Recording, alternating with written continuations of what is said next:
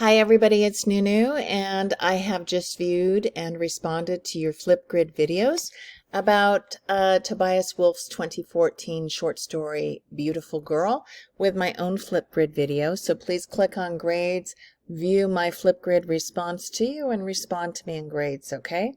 Now, what I found out when I was viewing the Flipgrid videos is that some of you thought this story is like, it's okay, but it's not Junot Diaz and the Cheater's Guide to Love. It's not of that quality, or Curtis Sittenfeld and the Prairie Wife.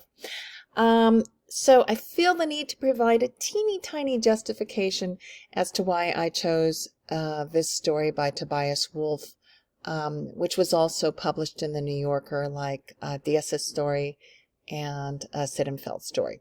Now, I am going to provide a close reading of the text, giving you my interpretation of the story and why I selected this story, and it's because I just love the theme, or what I interpret to be the theme. So let me provide that interpretation now. First, however, I want you to absorb this picture that I found on the internet of a beautiful red-headed girl who fits the description of Joelle in Wolff's story, Beautiful Girl. She's got the red hair, the blindingly white skin, pearly skin, green eyes, and the red lipstick. Okay, so imagine that as Joelle. That'll help you with the imagery in Wolff's story. Okay, so I'm going to click on Wolff's story now. And we know in the story that what happens. And I'm not going to summarize the story because you've read it. I'm simply going to provide my interpretation, okay? So the first thing I do when I'm reading to ground an interpretation in the text is I look at the title, Beautiful Girl. And the title usually hints at the theme or the message that the writer is trying to give us. Now, something else, when we discuss the narrator, if it's first person, and it is first person in this story, I, me, mine, the narrator is not Tobias Wolff. This is not autobiographical. He might have used biography, he might have used something that happened to him for verisimilitude, for truthfulness, to make it relatable to the reader, but this is not Tobias Wolff. This is fiction. And writers frequently use biography, things they know. They write about what they know, and Wolff is no exception. But the narrator is not Wolff, okay? So once I looked at the title and I thought about the significance of Beautiful Girl, and I had lots of question marks popping up in my mind that I can ask, and you should always ask questions about what you read. Have a kind of dialogue with the text. Why is it Beautiful Girl? Is the beautiful girl the protagonist? Questions like that. Once I asked those questions and had them in my mind, that this title is important because this is the title, I went ahead and I numbered the story because it was so short, and I numbered the paragraphs. And I highlighted lines that I thought were important for me to understand the story, what is occurring. And I started with the very first paragraph, which I highlighted in yellow. When I was 15, I cut off the last joint of my left ring finger during a woodshop class. I was laughing at a joke while cutting a board on a table saw. The bite of the blade sent a great shock through me, and I didn't dare look down, but the bleached faces of the other boys told me just how bad it was. So I'm holding up my left hand. It looks like the right hand in the video, but he cut off the top joint of his left ring finger. So this is a disfigurement. And what's important is that this is the first thing that the narrator is writing about, so it's significant. This is the inciting incident in Freitag's pyramid, in that pyramid scheme of the plot, building up to the climax, and then some point where the narrator has a situation where things can get better or worse, and then what happens after the climax, the highest point of tension in the story, all the way down to the falling action. Okay, this is the inciting incident to the rising action. So this is important, and it also tells me that this story is told in retrospect, that the narrator is older now, an adult, and is writing about something that happened to him when he was a teenager.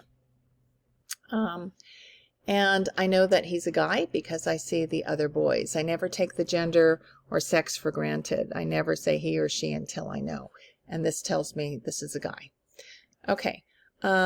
What happens after this incident in the wood shop is interesting because it's all about the narrator's experience with girls. I learn in this line here, Patty and I sat in the back and made out for 2 hours without exchanging a word, while Terry did the same with Patty's friend. That his first experience with girls as a kind of relationship is he goes to the movies and he necks with a girl without even asking her anything. He doesn't even know her favorite color. He just knows her name, and it's all hormones. Then I find out there are more incidents about girls, that he's in a small classroom with 10 kids. There are 9 boys and 1 girl, and he tries to capture the interest of the girl Nevi. Drove us crazy, favoring this one then that one, but he can't capture her interest. So this is his first experience indirectly with rejection from a girl.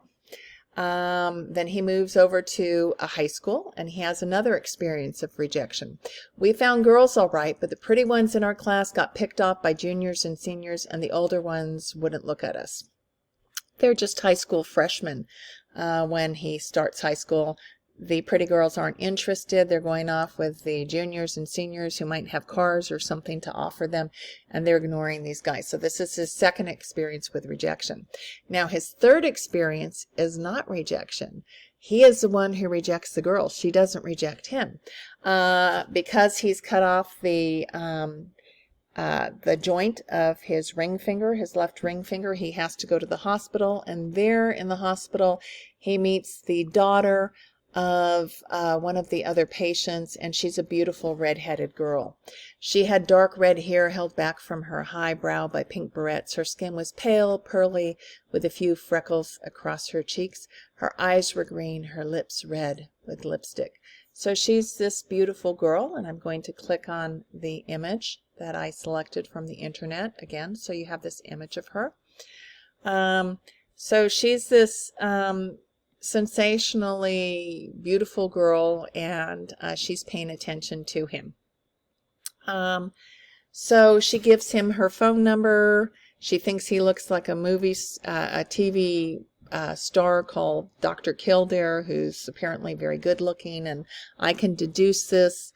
I can infer this by asking questions like, why is she all excited that he looks like Dr. Kildare? Dr. Kildare must be some cute guy on television in a series that she watches. And so as I read, I'm always asking questions. I'm having a dialogue with the text. Why is this happening? I'm asking questions to find out things, and I'm highlighting lines that I think are important.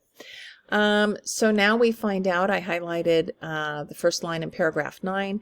I called Joelle, that's the name of the girl.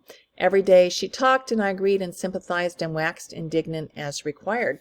So he starts calling her every day, and this is the first time he has a real meaningful conversation with a girl, that he's not just necking with her and not asking any questions or just madly blindly pursuing a girl because she's a girl. So she invites him over to her house, and she tells her dad, we're going on a walk. And she lives in the country. He hitchhiked miles to go there, so she takes him on a walk behind the house. And she took my hand, and we climbed the grassy hill behind the house and sat on a fallen tree. Now, this is paragraph 10. I thought this was very significant because this is a girl coming on to him. He's not coming on to her. She's coming on to him. So he's always chasing the girls, but now there's a girl who's making it clear that she likes him. So let's go back to this passage. She was quiet now for the first time facing me. I understood that she was waiting, that I'd come to the moment I dreamed of, alone with a girl I liked, a beautiful girl who liked me and wanted to kiss me, and I didn't. So he rejects her. And why does he reject her? Why would a beautiful girl give me her number and hold my hand and want me to kiss her? Me, a boy without a car who cut off his own finger, and I didn't really look like Dr. Kildare. So these lines as well in paragraphs 13 and 14 tell me the answer. He rejects her because he thinks she's out of his league and that he's not good enough for her. He has nothing to offer her, he thinks. And she rejects him when he rejects her. A lot of you wondered why she lost interest in him. Well, you need to ask questions. How would I feel if I wanted to kiss a guy and I was all ready to kiss him and he didn't kiss me, I would feel hurt. I would feel rejected. I wouldn't want to see him. I would probably break it off. We need to have that kind of dialogue with the text. So to me, this was very significant, this story, because of the theme. And this happens in society quite a bit, that there's a fabulous girl or guy who likes you, is enamored with you, and you reject that person because that person is out of your league. You don't give yourself a chance. You lack the confidence that you are worthy. And this is kind of really sad, I think. And it makes me wonder, too, is beauty regarded as a commodity, that it has a price? The prettier girls in the story run off with the high school juniors and seniors. They don't want anything to do with him. He has to have something to offer them, a car, or be good looking. So I thought this theme was very significant, and this is why I picked this story. And I'd love to know what you think of my interpretation.